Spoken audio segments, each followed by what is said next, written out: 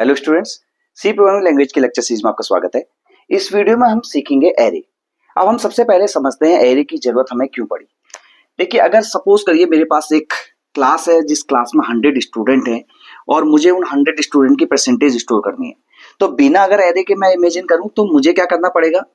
मैं 100 वेरिएबल्स लूंगा। मान लीजिए मैं पहले स्टूडेंट को S1, दूसरे स्टूडेंट को S2 कहता हूं। इस तरह से मुझे S100 तक वेरिएबल्स लेने पड़ेंगे क्योंकि मैं अभी एरे यूज नहीं कर रहा हूँ। तो इस तरह से आपने 100, और मान लीजिए यही नंबर 100 के बदले 500 हुआ तो आपको 500 वेरिएबल्स इस तरह से लेने पड़ेंगे क्योंकि हमारे पास कोई दूसरा ऑप्शन नहीं है वैल्यूज को स्टोर करने का। मैंने जैसा कि परसेंटेज कहा, तो परसेंटेज स्टोर करने के लिए हमें 100 वेरिएबल्स चाहिए। तो अब यहाँ पर सपोज करिए मुझे यूजर से इन 100 वेरिएबल्स में वैल्यू स्टोर करनी है। तो मैंने यूजर से बोला एंटर परसेंटेज। अब मैं इसको रीड करने के लिए जो मैसेज लिखूंगा मुझे लिखना पड़ेगा स्कैनफ %d %d। तो ये जो %d है मेरा, ये पूरा 100 बार मुझे लिखना पड़ेगा, 100 टाइम्स मुझे लिखना पड़ेगा इस तरह से। तो आपको काउंट करते हुए लिखना पड़ेगा, ध्यान रखना पड़ेगा क्योंकि 100 से ज्यादा 100 से कम नहीं चलेगा, आपको एग्जैक्ट 100 लिखना पड़ेगा। और यहाँ पर वेरिएबल की बात करें तो अगर हमारा पहला वेरिएबल S1 है तो यहाँ पे %S1 %S2, इस तरह से मुझे यहाँ पे %S100 लिखना पड़ेगा। ये जो मैं डॉट कर रहा हूँ ये तो मैं शॉर्टकट यहाँ पे पूरा लिख नहीं सकता इसलिए लिख रहा हूँ, लेकिन हमें अगर हम प्रोग्राम बना रहे हैं तो हमको पूरा का पूरा इस तरह से लिखना पड़ेगा, हम कोई शॉर्टकट यहाँ पे यूज नहीं कर सकते। तो अब देखिए यहाँ पर जब हमको 100 वेरिएबल्स अगर कहीं पर उसको स्टोर कराना है तो इस तरह से मुझे लिखना पड़ा। अब मैं मान लीजिए मुझे एवरेज निकालना है तो फिर मैं एवरेज निकालूंगा यहाँ पे, और मैं फिर से S1 + S2 इस तरह से।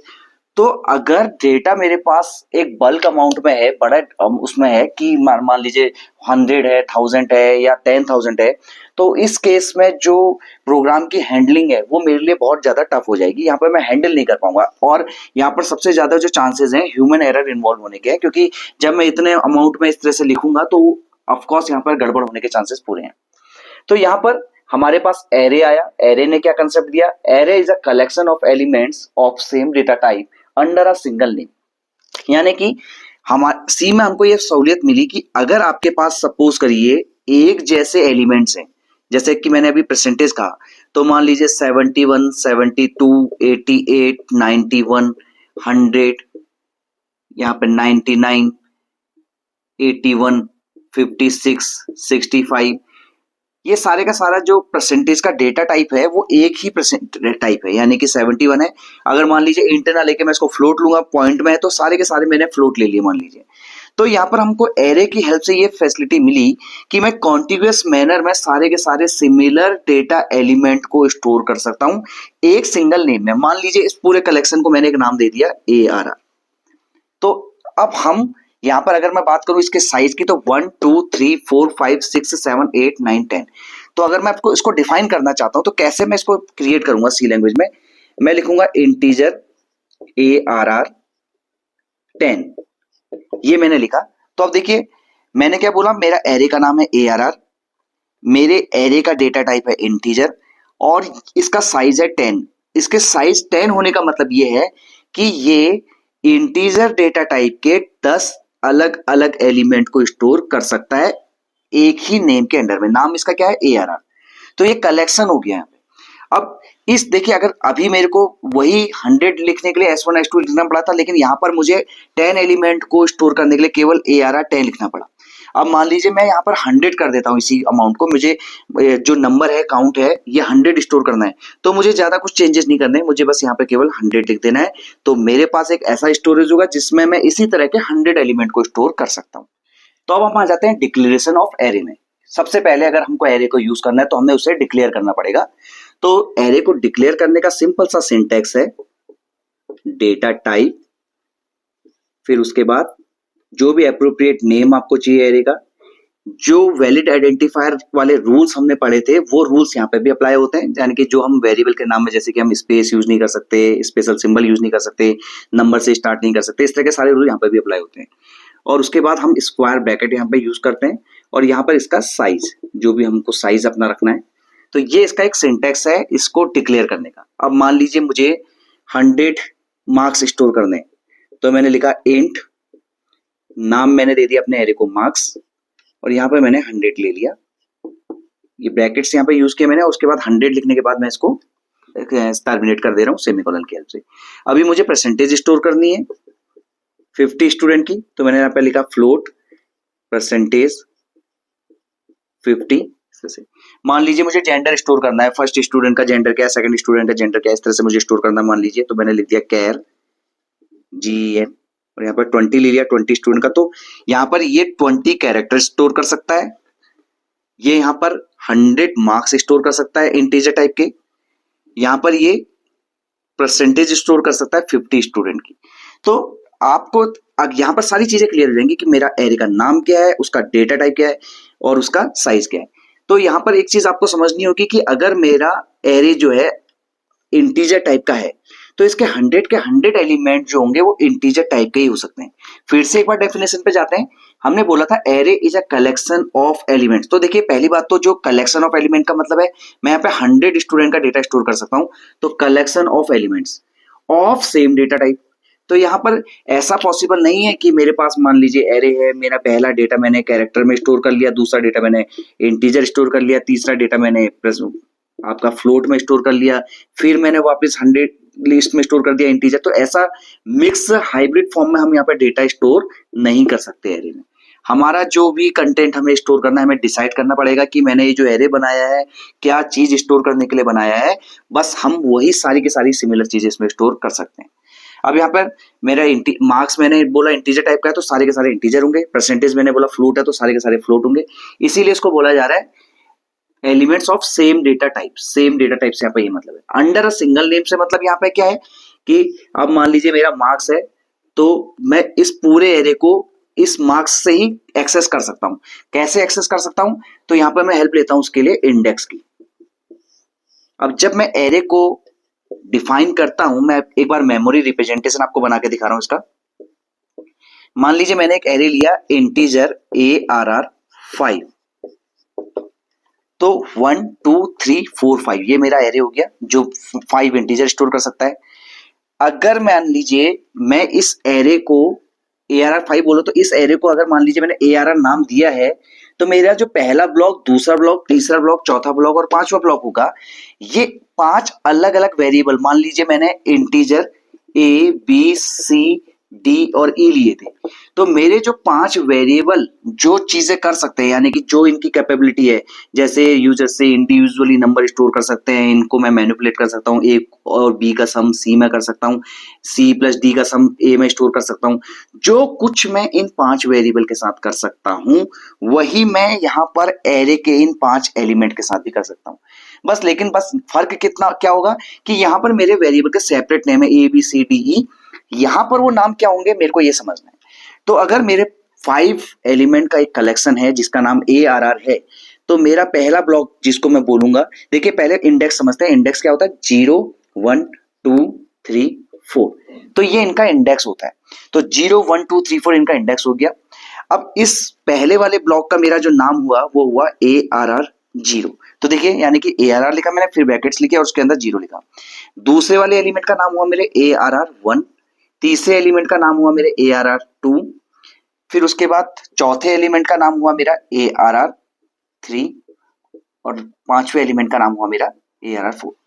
अब आप सोचेंगे कि हमने यहाँ पे 1 से स्टार्ट क्यों नहीं किया, हमने अगर 1 से स्टार्ट करते तो इसका नाम ARR1 ARR2 इस तरह से लेते, लेकिन इसका जो रीजन है हमें बाद में मालूम चलेगा। मैं इसको एक्सप्लेन करूंगा कि क्यों हमने यहाँ पे इंडेक्स हमेशा 0 से स्टार्ट करते हैं। ये मतलब पहले से ही जो सी बनाई गई है उसको बनाया इस तरह से है कि आपके इंडेक्सेस जो होंगे, एरे के इंडेक्सेस जो होंगे वो हमेशा 0 से स्टार्ट होंगे। ये हमारे हाथ में कंट्रोल नहीं है कि आप इसको 1 2 3 4 चेंज कर सके, ऐसा नहीं। तो पहला एलिमेंट अगर आपको रेफर करना है तो आपके पहले एलिमेंट का इंडेक्स होगा ARR0। तो 0 1 2 3 4 इंडेक्स हो गए, उसी हिसाब से आपने सेपरेट। अब देखिए मैंने आपसे बोला कि हमारे जो 5 वेरिएबल जैसे सेपरेटली आप लिख रहे हैं 5 वेरिएबल्स को, तो वैसे ही आप इनको भी यूज कर सकते हैं। तो हाँ ऑफ कोर्स यहाँ पे यूज कर सकते हैं। कैसे यूज कर सकते हैं, मान लीजिए मैंने लिखा ARR0 equal to ARR1 plus ARR2। तो अगर ऐसा लिखा है मैंने तो होगा क्या, जो भी मेरी वैल्यूज इसमें है, अभी तो ये तो मैंने इसके इंडेक्सेस लिखे हैं, इस इंडेक्सेस को अगर मैं यहाँ पे हटा के इसमें कुछ वैल्यूज स्टोर कर दूं, जैसे 3 1 7 2 4, तो ARR1 मतलब हुआ ये 1, यानी कि ARR यहाँ पे 1 की वैल्यू 1 हो गई, प्लस ARR2 मेरा हुआ 7, तो 7 + 1 8, यानी कि पहली पोजीशन पे मेरा 8 स्टोर हो जाएगा। तो यहाँ पे मेरा 8 3 को हटा के 8 स्टोर हो जाएगा। तो इस तरह से आप मान लीजिए कहीं पर इंडिविजुअली स्टोर करना चाहते हैं, ARR2 में मान लीजिए 5 स्टोर करना चाहते हैं, तो ARR2 में यहाँ पे 5 स्टोर हो जाएगा, 7 हट जाएगा, 5 स्टोर हो जाएगा। तो इस तरह से जैसे आप वेरिएबल को ट्रीट कर सकते हैं, वैसे ही आप समझ लीजिए कि आपके पास एरे है, तो आपके पास ये 5 वेरिएबल है, 1 2 3 4 5। इसी को बढ़ाएंगे तो उतने नंबर ऑफ वेरिएबल्स आपके बढ़ते जाएंगे। तो अब हम आ जाते हैं इनिशियलाइजेशन पे। मान लीजिए मुझे एरे को इनिशियलाइज करना है, तो इससे पहले मैंने डिक्लेयर करना सीखा एरे को। तो मैंने एक एरे लिया 5 साइज का, या मैं इसको 50 साइज का भी ले सकता हूँ। अब देखिए एरे का जो साइज होता है ये इसका मैक्सिमम साइज होता है। अगर इस 50 से कम अमाउंट में अगर मुझे इस एरे को यूज करना है तो मैं यूज कर सकता हूँ, लेकिन इस 50 को मैं एक्सीड नहीं कर सकता। तो इस एरे को इनिशियलाइज करने के, इनिशियलाइजेशन का मतलब है कि वैल्यूज प्रोवाइड करना, जो उसके पास हमारे पास 50 ब्लॉक्स हैं, उन 50 ब्लॉक्स में वैल्यूज को स्टोर करना। तो इन 50 ब्लॉक्स को स्टोर करने के हमारे पास दो मेथड हैं। एक मेरे पास है रन टाइम इनिशियलाइजेशन और दूसरा है मेरे पास कंपाइल टाइम इनिशियलाइजेशन। तो रन टाइम इनिशियलाइजेशन यानी कि जब हम यूजर से वैल्यू मांग के उसको स्टोर करते हैं तो उसको बोलते हैं रन टाइम इनिशियलाइजेशन। इसमें हम यूज करेंगे स्कैनफ फंक्शन। और यहाँ पर जब हम डिक्लेरेशन के टाइम पे ही एरे के एलिमेंट प्रोवाइड कर देते हैं तो उसको बोलते हैं कंपाइल टाइम इनिशियलाइजेशन, यानी कि कंपाइलेशन के टाइम पे ही एलिमेंट हमारे स्टोर हो जाएंगे अपनी अपनी लोकेशन पे, और यहाँ पर हमारा प्रोग्राम जब चल रहा होगा उस दौरान अपनी अपनी मेमोरी लोकेशन पे एलिमेंट स्टोर होंगे। तो सबसे पहले हम कंपाइल टाइम इनिशियलाइजेशन को समझते हैं। कंपाइल टाइम इनिशियलाइजेशन पे भी हम दो तरह के हमारे पास होते हैं, एक होता है पार्शियली इनिशियलाइजेशन, एक होता है फुली इनिशियलाइजेशन। पार्शियली मतलब मेरे पास एरे का साइज 50 है, अगर मैं इस 50 से कम 49 एलिमेंट भी स्टोर कर रहा हूं तो उसको पार्शियल इनिशियलाइजेशन बोला जाएगा, और मैं 50 के 50 स्टोर कर रहा हूं तो उसको फुल इनिशियलाइजेशन बोला जाएगा। तो अब मेरे पास मान लीजिए ARR 50 यहाँ पर है, तो मैंने यहाँ पर लिखा मेरे को इसको कंपाइल टाइम इनिशियलाइजेशन करना है, और मान लीजिए मुझे 5 एलिमेंट इसमें स्टोर करने हैं, तो मैंने यहाँ पर लिखा 1, 2, 3, 4, 5। तो इस तरह से मैंने अपने एलिमेंट स्टोर कर लिए। तो देखिए यहाँ पर अगर मेरा काउंट देखें यहाँ पे एलिमेंट का, वो है मेरा 5, और यहाँ पर मेरा जो मैक्सिमम साइज है एरे का वो 50। तो मैं कम स्टोर कर सकता हूँ। अब ये होगा क्या, कैसे स्टोर होगा, मान लीजिए रैम में मैं इसका एक डायग्राम बना के आपको दिखाऊं, तो हमारे पास टोटल स्टोरेज जो है वो 50 एलिमेंट्स का है। यहाँ पे मैं 50 ब्लॉक्स रिप्रेजेंट नहीं कर सकता, लेकिन हम समझ लीजिए हमारे पास 50 स्टोर करने का वो है स्कोप। तो मेरा एरे का नाम ARR है, तो पहला एलिमेंट हो जाएगा मेरा ARR 0, दूसरा हो जाएगा ARR 1, इस तरह से मेरा लास्ट एलिमेंट हो जाएगा ARR 49। 0 से स्टार्ट करते हैं इंडेक्सिंग, और यहाँ पे 49 तक हमारा लास्ट जाएगा, क्योंकि अगर n मेरा 50 है तो लास्ट इंडेक्स मेरा हमेशा n-1 होगा। लास्ट इंडेक्स की अगर मैं बात करूं तो मेरा n-1 हमेशा लास्ट इंडेक्स होगा। तो जब मैंने 1 2 3 4 स्टोर कराया तो ऐसा नहीं कि रैंडम स्टोर होगा, ये सीक्वेंस में एक कॉन्टिन्यूअस मैनर में स्टोर करता है। तो पहला एलिमेंट मेरा यहाँ पे चले जाएगा, दूसरा यहाँ पे, तीसरा यहाँ पे, चौथा यहाँ पे, इस तरह से 5। अब देखिए मैंने क्योंकि पार्शियली इनिशियलाइज किया अपने एरे को, तो कंपाइलर क्या करेगा, रिमेनिंग ब्लॉक्स में 0 ऑटोमेटिक फिल कर देगा। तो partial initialisation, compile time partial initialisation की अगर हम बात करें, तो अगर आपसे कभी पूछा जाता है तो आप ये बोल सकते हैं कि आपके जो रिमेनिंग ब्लॉक है वो हमेशा 0 से फिल हो जाएंगे। यही चीज अगर मैं रन टाइम की बात करूं तो रन टाइम पे ऐसा नहीं होगा। रन टाइम पे आपका एरे का साइज 50 है, आप केवल 5 स्टोर उसमें करा रहे हैं एलिमेंट 1 2 3 4 5, तो बचे हुए ब्लॉक्स वैसे के वैसे ही रहेंगे। बाय डिफॉल्ट हमारा जो एरे जब हमने लिया तो इसमें जो सारे के सारे ब्लॉक्स में स्टोर है वो गार्बेज है, यानी कि आपके सारे के सारे ब्लॉक्स में गार्बेज स्टोर है। जब आपने 1 2 3 4 5 किया तो जो गार्बेज यहाँ पे था वो 1 2 3 4 5 से रिप्लेस हो गया, और बाकी बचे हुए गार्बेज 0 से रिप्लेस हो गए हमारे कंपाइल टाइम इनिशियलाइजेशन के केस में। लेकिन रन टाइम इनिशियलाइजेशन के केस में क्या होगा कि आपके 1 2 3 4 5 स्टोर हुआ, लेकिन बचे हुए एलिमेंट गार्बेज ही रहेंगे। तो ये तो हमने एक दिया जिसमें हमने पार्शियल इनिशियलाइजेशन किया।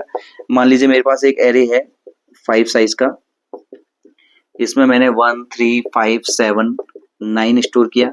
तो यहाँ पर मैंने एक तरह से देखा जाए फुली इनिशियलाइज किया, मेरा एरे का साइज 5 है और मैंने एलिमेंट भी यहाँ पे पूरे 5 लिए हैं। तो इस तरह से अब यहाँ पर डेटा टाइप कुछ भी हो सकता है, आप फ्लोट लेना चाहे फ्लोट ले लीजिए इसको। मान लीजिए मैंने फ्लोट परसेंटेज किया और यहाँ पे मैंने 3 किया, तो आप 3 अलग अलग परसेंटेज यहाँ पे स्टोर कर सकते हैं। मान लीजिए 78.12, 71.72, 99.12, इस तरह से मैंने लिया। तो ये देखिए वैल्यूज, तो ये पहली वैल्यू पहली लोकेशन पे चली जाएगी। यहाँ पे भी अगर मैं इसका डायग्राम बनाऊं तो मेरे पास 3 स्टोरेज है, तो पहली वैल्यू 78.12 यहाँ पे चली जाएगी। इसका नाम होगा, मेरा परसेंटेज एरिया है तो PER 0, और फिर उसके बाद PER 1 और PER 2, इस तरह से मैंने ले लिया। तो 78.12 यहाँ पे स्टोर हो जाएगी, 71.72 यहाँ स्टोर हो जाएगी और 99.12 इस तरह से यहाँ पे स्टोर हो जाएगी। तो ये इंडेक्स भी हमने 012 इंडेक्स इसका यही हमने लिखा हुई है ऑलरेडी। तो ये फुली इनिशियलाइजेशन है, ये आपका फुली इनिशियलाइजेशन है, ये आपका पार्शियल है, सब ये कंपाइल टाइम।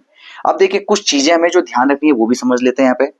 मान लीजिए जो मैंने अभी एरे का साइज यहाँ पे 5 लिया था, अब अगर मैं यहाँ पर एक एलिमेंट और स्टोर करा देता हूं तो देखिए काउंट करिए 1 2 3 4 5 6, एरे का साइज डिफाइन किया है मैंने 5 और मैं यहाँ पे एलिमेंट दे रहा हूँ 6। तो इस केस में कंपाइलर यहाँ पर एरर दे देगा। हम यहाँ पर सीधे कंपाइलेशन, हमारा प्रोग्राम जब हम कंपाइल कर रहे होंगे तो ही, क्योंकि ये कंपाइल टाइम इनिशियलाइजेशन है, प्रोग्राम रन तो हुआ नहीं होगा, तो कंपाइलेशन एरर ही आ जाएगा कि ये आपको बताएगा इसका साइज जो है एक्सीड कर रहे हैं।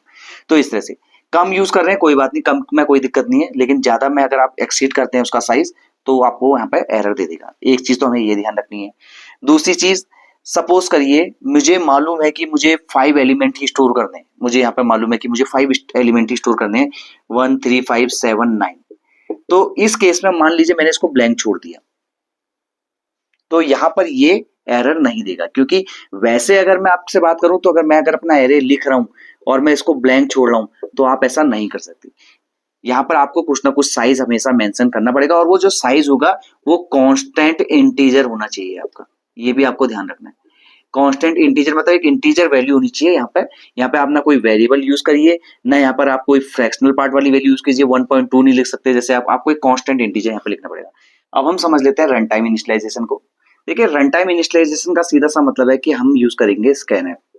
अब एरे में ऐसी फैसिलिटी तो है नहीं कि आपने सीधे लिखा एंटर 5 नंबर्स मान लीजिए मैंने लिखा इस तरह से, और मैंने सीधे स्कैनएफ लिखा और यहाँ पे मैंने एरे का एड्रेस लिख लिया। ये चीज सी में पॉसिबल नहीं है। ऐसे आप डायरेक्टली आपको लगेगा कि आप सारे के सारे एलिमेंट एक बार में एक सिंगल शॉट में ऐसे स्टोर कर सकते हैं, तो आप ऐसा नहीं कर सकते। तो यहाँ पर हम जो हेल्प लेते हैं वो लेते हैं हम लूप की। कैसे लूप की हेल्प से हम एरे में एलिमेंट इनपुट करते हैं, रन टाइम इनिशियलाइजेशन हम करते हैं, इसको हम समझते हैं। देखिए सपोज करिए मैंने एक लूप लगाया और मुझे मालूम है मेरा लूप जो चलेगा वो उतना ही चलेगा जितने मुझे एलिमेंट लेने हैं। मैंने i इक्वल टू 0 से स्टार्ट किया, क्योंकि मेरी इंडेक्सिंग जो है 0 से स्टार्ट होती है, तो मैंने यहाँ पे i इक्वल टू 0 लिया, semicolon i less than equal to, मुझे मान लीजिए 5 एलिमेंट लेने थे, तो 0 से लेकर 4 तक मैं जा रहा हूँ, यानी कि 5 एलिमेंट हो गए, और i प्लस प्लस मैंने लिखा। तो देखिए ये लूप क्या कर रहा है, i की वैल्यू दे रहा है 0 1 2 3 4, 0 से लेकर 4 तक है, ध्यान रखिएगा लेस देन। अगर मैं इसको लेस कर दूंगा तो ये हो जाएगा 0 1 2 3 के लिए, क्योंकि लेस देन 4 3 होता है, तो 0 1 2 3 के लिए हो गया। लेकिन मैंने लिख दिया लेस देन इक्वल टू 4, तो ये हो गया 0 से लेकर 4 तक, यानी कि टोटल 5 टाइम ये लूप आइटरेट करेगा। अब देखिए हमारे पास, आपको मैंने अभी बताया था इसमें कि हमारे पास 5 ब्लॉक जिसमें हमने स्टोर करना है। पहला इंडेक्स 0 है, दूसरा 1 है, तीसरा 2 है, फोर्थ आपका 3 है, और ये फिफ्थ इंडेक्स आपका 4 है। तो हमारे पास टोटल 5 एलिमेंट के लिए इस तरह से 5 इंडेक्स हैं। तो अब मैं करूंगा क्या, कैसे, एक बार में जब मेरा लूप एक बार आइटरेट करेगा तो मेरा लूप केवल एक बार में एक एलिमेंट रीड करेगा। तो यहाँ पे मैंने एक बार परसेंटेज डी लिख दिया। अब यहाँ पर मैंने एम्परसेंड लिखा और ARR लिखा, और यहाँ पे मैंने इंडेक्स लिखने के बदले लिख दिया i। अब होगा कैसे, कैसे ये चीज हेल्प कर रही है, लूप की हेल्प से कैसे हम एलिमेंट इनपुट ले रहे हैं, देखिए इसको समझने की जरूरत है। i की सबसे पहली वैल्यू 0 होगी, तो ये बन जाएगा ARR 0। तो ARR 0 हमारा ये रहा आपका पहला एलिमेंट। अब देखिए जब ये लिखेगा ARR 0, तो मान लीजिए इस एरे का कुछ एड्रेस है, मान लीजिए 2000 एड्रेस है।